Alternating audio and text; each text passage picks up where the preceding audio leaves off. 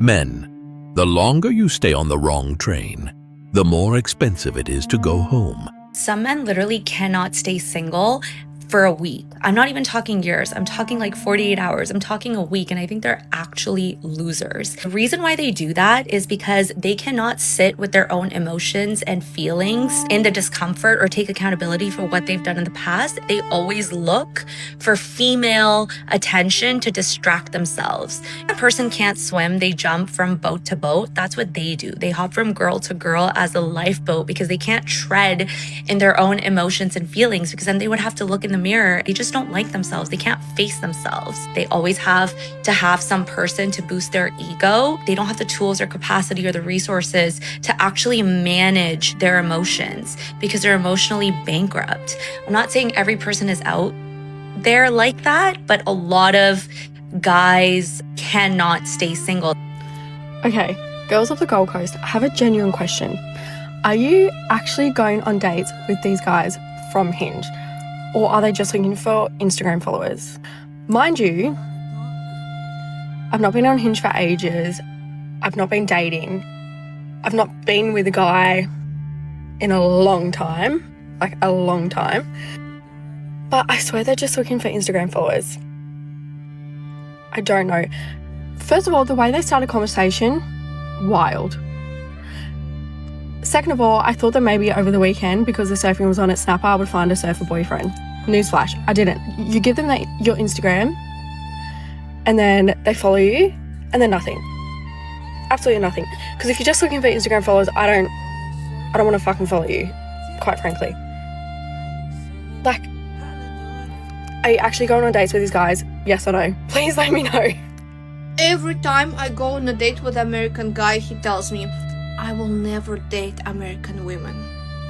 I start thinking, why American women are so evil? Nobody wants to date them. What's wrong with them?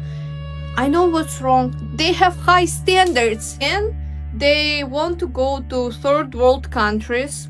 They want to seduce girls with $100 bill and a pack of bread. Just want her to serve him for this. Because these girls, they don't know that people can make $10,000 a month in the States. That $100 for him is nothing. It's a chocolate pie with fucking Milky Way.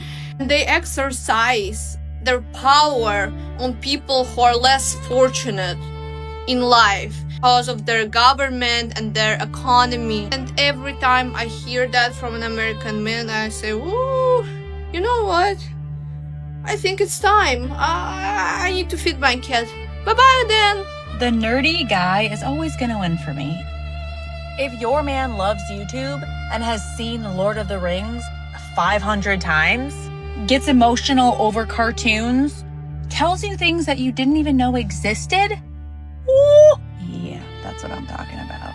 Can describe the entire Marvel universe to you and will for hours, gets excited about what new snacks you guys are gonna try. Sorry, baby, I didn't hear your text message. I was playing video games with the guys. Do you want to see it? They came out with a new version. Yes, I do. You can keep your man who can build a house with his bare hands. That's for you. But for me, I want my man looking real cute with his little cute headphones on. Like, why are you so hot? What kind of guy am I looking for? What's my ideal type of man? No bullshit, no jokes, no sarcasm. A man who is at peace with himself. A man who can be alone. A man that isn't constantly seeking stimulation every day of his life.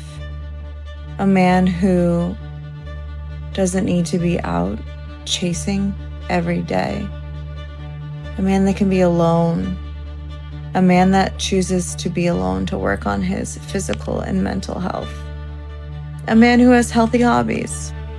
A man who can sit with himself and who truly loves himself inside. A man who chooses peace over chaos. A man who doesn't go to bars. Let me know if you want a part 2. Where are the men in the middle? Like, I'm talking between 38 and 50. Are you guys just not divorced yet? or what? Because on these apps, you know, the dating apps, I either get the people that are in their like early to mid 20s asking if I like younger men, or I get the people that are like in their 60s, and I'm like, no way in hell. Why would you even message me? There's no way at 60 years old you want to start a whole new life with somebody who has 2 young kids. Like, get real, right? So anyway, where are you guys at? Like, where are the younger, like, where's the middle-aged men? I'm thinking they're just not divorced yet, but it's okay. I can wait. Bro, nothing is worse than coming home from a long day of doing manual labor. I don't do manual labor. And you hop on Hinge and you're like, okay, this is the day. Today's the day. God is gonna put the most beautiful man that's at least 5'11" on my page. And you open it up, and it is the most dog-faced looking person. You have not a goddamn single thing in common with them in the slightest. And it's like, oh, most compatible. Here's your future husband in our eyes. And it's like, oh, okay, that's how you see me. Oh my god, my mom's never getting grandchildren, I'm afraid. Yo, you know what's sad? So I need my TV mounted. Right? Yeah. I asked 3 different men today. None of them knew how.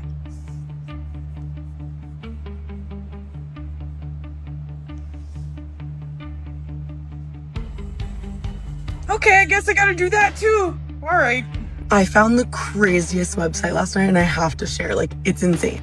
If you're chronically single, like me, this is perfect for you. Basically, I think it's gonna be the end of Hinge. You type in your exact type, like hair color, height, style, even personality, and it somehow finds real dating app profiles that match it exactly. And I'm not kidding, it took like 5 seconds. I think we're finally done swiping through the same finance bros, holding fish, or guys named Jake posting with golf clubs. Like, I typed in the most specific things, and it somehow knew exactly what I meant and found me people that matched that. I don't know, this is either the future of dating or the downfall of society entirely. Men today actually do scare me because I think their dopamine receptors are actually so cooked. Like, Klay Thompson cheating on Meg Thee Stallion is just more evidence that over time, men will forget the value of the woman that they are currently with. It's Meg the fucking Stallion. And the argument of you don't know what she's like behind closed doors doesn't give the right to cheat on somebody. It really doesn't. I'm sorry to break it to you. So in solidarity of Meg Thee Stallion, just cheat on your boyfriend. Beat him to the punch. They'll forget they're with like the greatest woman in the world anyway. Just do it. Men live in a fantasy world and they do not like when you break that fantasy. You've definitely heard guys say stuff like, oh, I don't like lip filler, or plastic surgery is unattractive. And then their celebrity crush is like Megan Fox or like Madison Beer or literally any of the Instagram models he follows. And it's because men don't mind stuff like Botox and plastic surgery as long as they don't know about it. And if they do find out, it's over. They hate being duped and they can't admit that they fell for it. You could have fake, and a man has no idea. Then you tell him they're fake, and then suddenly he shifts to, oh yeah, like I totally knew. You can totally tell they look so fake. You had no idea. You did not know. They believe that they don't like fakeness because they're not familiar with enhancements the way most women are. They only notice the unnatural looking women, whether it's bright red lipstick or a BBL or 5 syringes of lip filler. I think they truly believe that there's only 2 types of women, which are unnatural women and natural women, when in reality most women fall somewhere along the spectrum. Okay, dating update, Hinge update, husband hunting update, whatever, all of the above. It's hell. It's worse than they said. And do you know why it's worse? It's worse than the UK. It's worse than dating in the UK because you know what? In the UK, I feel like the red flags. And I don't know if it's because I'm not from here that I don't know the red flags of an Australian man yet. But in England, it's just pretty clear cut. If a man's not making effort with you in the UK, it's because he's not that interested. If he's not texting you back, it's because he's texting someone else. If he only wants to meet after 9, there's obvious reasons why. These rules don't apply in Australia. Just take a breather. Men in Australia, it's not okay. It is borderline criminal. I could sue for emotional damage right now because these men, they will text you back constantly. They will spend hours on the phone with you. They will talk about a month ahead plans that they want to do with you. They will book restaurants. They will pick you up. They will buy you gifts. They will tell you that they're telling their family about you. They will talk about Christmas with you. They will pay for the whole date. They will plan the whole date. They will tell you you're beautiful. And then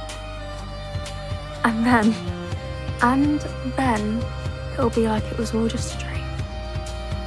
You know that saying, single women keep women single? I thought it was pure BS until now, but the more that I look at it closely, all the way from the bad influence to wanting to go out too much or appear too available too often, that's speaking a little different to me now, because I'm talking to one of my homegirls and, you know, she's going through a rough time, and I told her, I challenge you to look at who you're surrounding yourself with. Are these women married? Are they in long-term relationships that are moving towards marriage? If they're not, that's a good indicator as to what you look like to the public eye and where you may be going, and why you keep ending up in these matches that don't end well. Now, this is not a judgment, it's just an observation. If you want to be married, get you some married friends. Get you some people who are in long-term relationships. Now, don't go get you married men friends. Get you some female friends who can relate to you and empathize with your situation, because bad company will corrupt those good morals. Brother, if you asked a girl out and she said yes, you're in the good books, because it takes a lot for a girl to say yes to a date. And just know that we're probably way more nervous than you are. We probably are overthinking it. I'm not even exaggerating. Before a date, it actually feels like we're going to war. Like, we are our worst enemy. Our nervous system goes out of whack. We start to feel sick to our stomach. We do not feel good. Like, we physically do not feel good before a date. It's terrifying, and on top of that, we have to get ready. So we have to get ready, look cute, look put together, but we're actually dying, and we're so freaking nervous that we're gonna shit ourselves. Actually, just know she's definitely more nervous than you are. So all you have to do is be a gentleman, be thoughtful, ask her lots of questions, show that you're interested, be kind, be respectful, bare freaking minimum stuff, you know what I'm saying? And if she's a little bit more quiet, she's probably just a little bit more shy. She's overthinking everything in her head, and she's just nervy. Sometimes we can be nervous, but then hide it really well. 99.9% of the time, girls will be very nervous on the first date, and we're more nervous than you are. If that gives you any relief. I'm just getting this feeling lately that men are about to make a comeback in a new way. And it's just an intuitive feeling, but I'm usually right. I feel as though there's going to be a wave of really emotionally intelligent men that start stepping into leadership positions, that start coming into union with strong and capable women. And you're going to start seeing them really come out of the woodwork. Those who have been quiet for some time, or who have not been maybe in the forefront, or have not been as seen, or maybe have been shunned or pushed to the outskirts of society in the past based on past gender roles and the ways that men were raised. So I just have this feeling that there's gonna be a wave of men really stepping up, and people embracing that, and it's gonna be so beautiful for so many women out there, I think, who are finally going to find in romantic relationships what they deserve. And this will obviously unfold over time, but I have a feeling like through the end of this decade into the next few, we will see so many more men stepping up as real partners in the world. I'm gonna say something very controversial, but motherhood is a scam. Too many women have been lied to and deceived by society about motherhood. Everyone is celebrating being a mother, it's secret, it's divine, but no one has told women how hard motherhood actually is. I'm not a mom, but I'm a daughter and a friend to many other women. I have seen my own mother and a lot of my other girlfriends sacrifice their lives to motherhood. So my best friend just had a daughter 2 months ago, and she told me, Jessie, I know you don't want kids. If that's your plan, stick to it. Don't change your mind. And mind you, my friend actually got support support. So when the baby was born, for the first month, she got a nanny living with them, taking care of the baby 24/7. She didn't have to lift a finger except for feeding the baby. And now her husband's parents are living with them, cleaning, cooking. She doesn't need to do much, but still she told me it's exhausting and her body is starting to have all the low problems. And not even to mention she lost a great career opportunity because of this. So my friend works in this big Chinese company, top tier in the industry. Her boss really values her because my friend is really good at what she does and she's ambitious. So her boss wants to send her to the US to manage the North American business. So she only needs to stay in the US for 2 to 3 years and then return back to China. Immediate promotion to higher leadership position. Basically, the rest of her life is set. You know, you don't need to work hard anymore. You can just lay back, chill, great money, easy life. And now all of that is gone because you can just leave your newborn baby and go to the US. And my friend told me her daughter is the best thing ever happened to her. She loves her so much. She wouldn't trade anything in the world with her daughter like all the other mothers. But still, she told me, you know what, being child-free is kind of nice. So... Men, y'all do realize that dating is an open book test, right? Like, there are so many romance novels or romance-centered books that all of the girls and all of the women are reading nowadays. It's a cheat sheet for what a woman wants. Oh, well, they're written by women, so it's like not realistic. That's kind of the point. They're written by women, so this is more reliable information for knowing what a woman is looking for in a man. And that's not to say that like a girl who's reading a dark romance novel about a possessive stalker, that doesn't mean she wants a stalker. It means that she wants a man who cares so much about her personal life to keep tabs on her. Or like all of these men in these books are these hyper dominant, like really masculine types, you know, who come in and save the day, save the damsel in distress. And there's a reason for that. It's because nowadays there's not enough traditional masculinity in dating. Women want a provider and a protector and a defender so that they can feel physically and emotionally safe in a relationship. And that's why so many of these like romance, really intense kind of morally gray books are so popular right now. Not because she wants to be dating a billionaire who saves her from a kidnapping situation, but because she wants a man with a provider mentality who she knows could stand up for her. You don't want to come to Australia to date because men here, they want to be treated like a princess so bad. Yeah, they're not going to plan a date, they're not going to buy you a flower. And asking for that, it's kind of like you are asking or trying to find a gem in a trash. Asking for something here is literally make you feel like you are a gold digger for a reason. This is the worst place for you to date someone because here, what they're trying to do is they're trying their best to impress their male friends. That is what they do.